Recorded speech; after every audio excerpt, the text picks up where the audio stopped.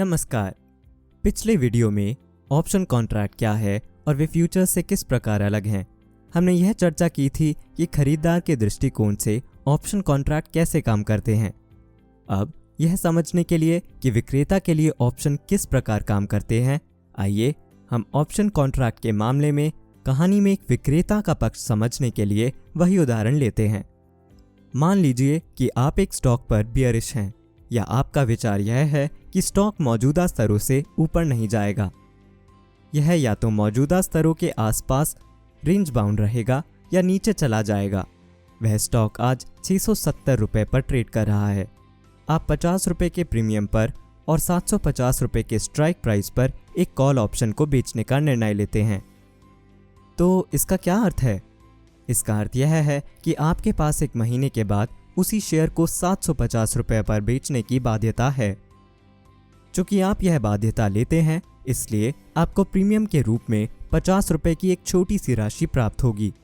इसके अलावा आपको यह समझने की आवश्यकता है कि एक विक्रेता के रूप में जब खरीदार अपने अधिकार का उपयोग करता है, केवल तब आप बाध्यता के अंतर्गत होते हैं। अन्यथा कॉन्ट्रैक्ट समाप्त हो जाता है और आपके लिए कोई बाध्यता नहीं होती है। अब यदि मैच्योरिटी तिथि पर शेयर की कीमत यानी एक महीने के बाद 750 रुपये से अधिक हो जाती है, तो फिर क्या स्थिति होगी? एक ऑप्शन का खरीदार अपने अधिकार का प्रयोग करेगा, जिसका अर्थ है एक महीने के बाद यदि शेयर 850 रुपये पर ट्रेड कर रहा है, तो आपके पास 750 रुपये पर स्टॉक को बेचने की बाध्यता है। तो अगर स्टॉक की कीमत 750 रुपये से ऊपर जाती है, तो आपको 750 रुपये में शेयर को बेचने की बाध्यता होती है।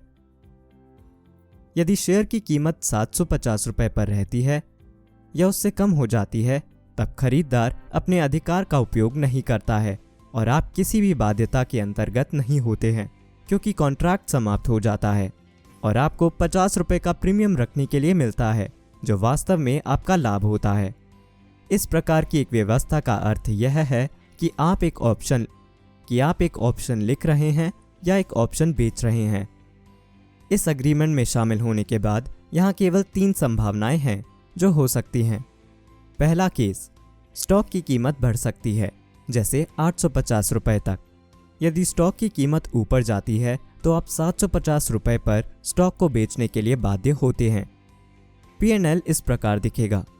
वह मूल्य जिस पर आपके द्वारा स्टॉक को बेचा जाता है 750 रुपये, प्राप्त हुआ प्रीमियम 50 रुपये, तो प्रभावी लागत होगी 800 रुपये। करंट मार्केट प्राइस 850 रुपये, हानि 850 घटा 800 यानी 50 रुपये। दूसरा केस, स्टॉक की कीमत गिर सकती है, जैसे 650 रुपये तक कह सकते हैं। यदि स्टॉक की कीमत 650 रुपये तक नीचे जाती है, तो जाहिर है कि इसे खरीदने वाले के लिए इसे 750 रुपये में खरीदने का कोई अर्थ नहीं है, क्योंकि प्रभावी रूप से वह उस स्टॉक के लिए 800 रुपये यानी 750 जमा 50 खर्च करेगा, जो कि ओपन मार्केट में 650 रुपये पर उपलब्ध है। इसलिए कॉन्ट्रैक्ट समाप्त हो गया है और आपके पास कोई बाध्यता नहीं है। इसलिए आपकी प्रीमियम राशि 50 रुपये आपकी लाभ की राशि है। तीसरा केस, स्टॉक की कीमत 750 रुपये पर रह सकती है।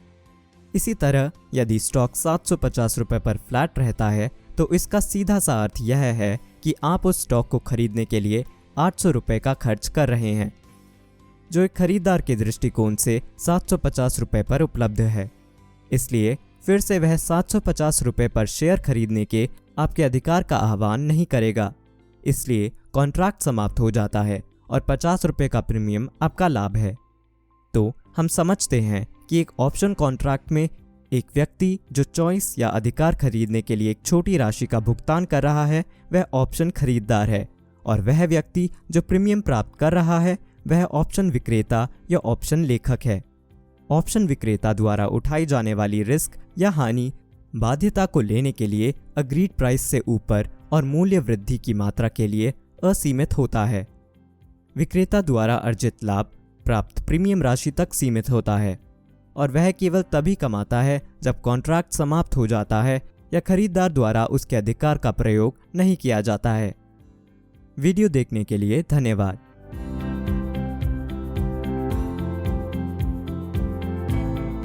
Investment in the securities market are subject to market risks. Read all the related documents carefully before investing. Such representations are not indicative of future results.